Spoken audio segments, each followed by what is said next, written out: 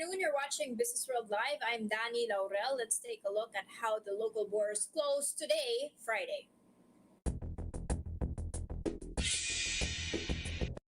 You can see on my terminal here the index succumbed to profit taking today, falling 1.2% to 7278.44 at the close of the week. That's amid, of course, the very worrying news of a new variant being studied by the World Health Organization in South Africa. You've also got the UK banning flights from South Africa and four other countries in that region. It's also been reported that this variant has been detected also in Botswana and Hong Kong. You can see on my terminal here that it's not just the Philippines that has been seeing the pain, but the rest of Asia as well, continuing throughout the trading day. Hang Seng in particular, of course, with that Hong Kong issue down by 2.6%, clearly worrying investors here. And in fact, earlier this morning, we had Jaffet Tantiangco of Phil Stocks as our guest, and he was saying that this was clearly the reason for that slide. So we'll be watching that with eagle eyes, of course. And this, just to take a quick peek at our weekly performance here. Let's take a quick check, at least on the past 3 days. You can see the slide that we've been seeing just already in today's trade. And we can see here on my terminal which ones were leading the charge, or at least also being sold off. You can see LTG Group, however, together with Alliance Global, some of the best performers of this week. LTG up by 7.7%. So it's a lot of the conglomerates actually doing quite well today, at least this week. And you can also see Wilcon Depot, which had been in focus this week on the opening of possible rival IKEA. They're actually performing one of the best performers of the week. But on the downside, you can see Converge and Globe 2. At least the telco and data players here down. Globe down by 6.3% in just 1 week. Converge down by 3.5%. And of course, there has been one stock that is still suspended today, and that is URC. We do have more details on that deal, which we've been watching closely since this morning. Trading on that stock is still halted. URC will be acquiring the Malaysian biscuits maker Crunchy Foods. That's through a unit of theirs for about $455 million. That will effectively expand their reach in Southeast Asia. Now, this transaction will allow URC to become a market leader in Malaysia, according to them. And even as the stock is down 12% this year, note that this is quite a big acquisition. Munchie is the #1 homegrown biscuit brand in Malaysia. It has around 50 countries worth of distribution. You've got Munchie's brand, Oat Crunch, Lexus, and Choco. And finally, I just did want to take a quick peek on the banks. This as Central Bank Governor Ben Diokno has mentioned that the ceiling on the credit cards will be maintained. Now, what does this mean? He did put a ceiling, the Bangko Sentral put a ceiling on September 2022. So the maximum interest rate on the unpaid outstanding credit card balance will be around 2% a month or 24% a year. That will be maintained. The monthly add-on rates that credit card issuers can charge on the installment loans will be retained at a maximum of 1%.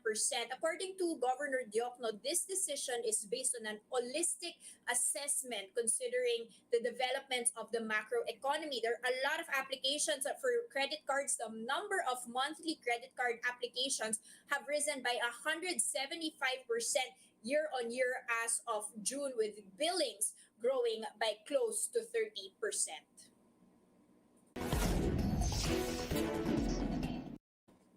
Let's move on now to the other headlines we're keeping our eyes on. The government loosens border restrictions further as COVID-19 cases continue to drop.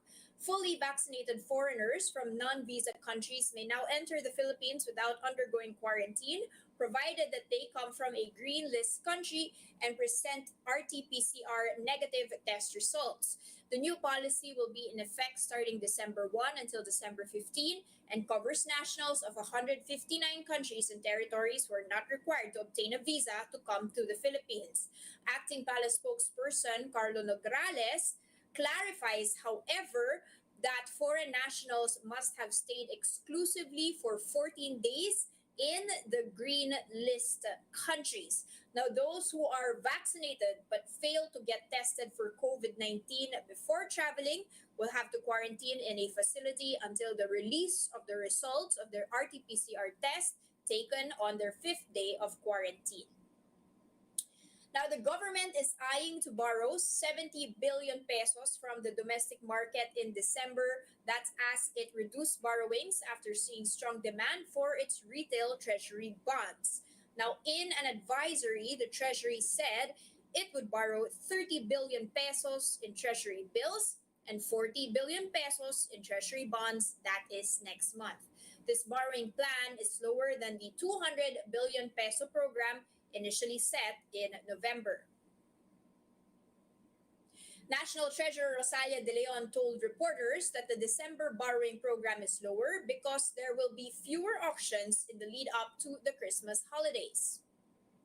And vaccine czar Carlito Galvez Jr. says the government still needs 51,000 volunteers for the national vaccine drive. This is for 11,000 vaccination centers nationwide that will participate in the three-day campaign from November 29 to December 1st. The Metro Manila Council has already offered to send vaccine personnel to nearby provinces. Meanwhile, Civil Service Commission Chief Eileen Lizada says government workers who will be vaccinated are excused from work during the vaccine drive.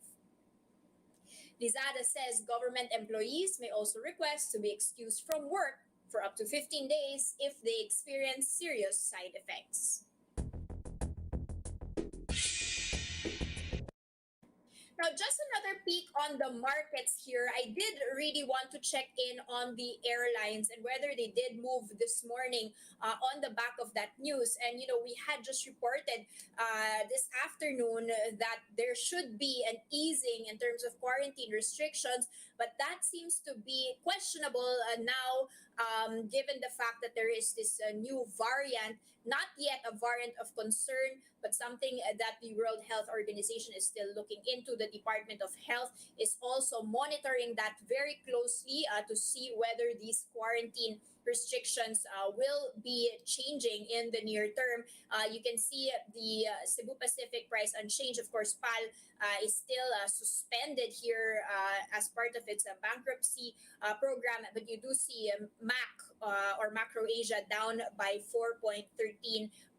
And finally, I just wanted to take a very quick peek at the peso here and how that ranks compared to the other currencies in the Asian basket. Year to date, you can see on my terminal here, we are the eighth worst or best performer, if you can call it that, but at least one of the worst performers for the year. We are down by 4.7%. As of this year, we have been watching closely the performance of the peso related to the strengthening, of course, of the dollar as well, but also related to the budget deficit that we have been monitoring, as well as the rising inflation. And just taking a quick peek at that for the first day, for one day basket of Asia, whether we have improved in that sense. We are actually positive, at least for today. We do have a little bit of a return by 0.02%, while the rest of the emerging market currencies seem to have been sold off today together with the rest of the Asian equity markets.